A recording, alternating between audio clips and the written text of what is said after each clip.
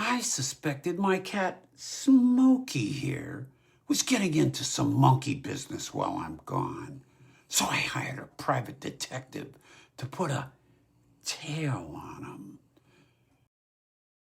The PI said the job's been nothing but a nightmare. He told me every time he uncovered a new clue, the suspect would knock it off the shelf, trying to destroy the evidence. Finally, the gumshoe gave me the skinny. He said, your boy here is two-timing you. I asked, is it another cat? He said, no, you big palooka. It's the dame down the street.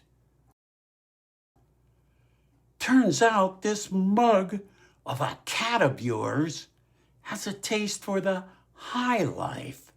She's been getting him to squeal like a canary with fresh Atlantic salmon. Here's the ditty. You clean his litter box. She provides the fine dining.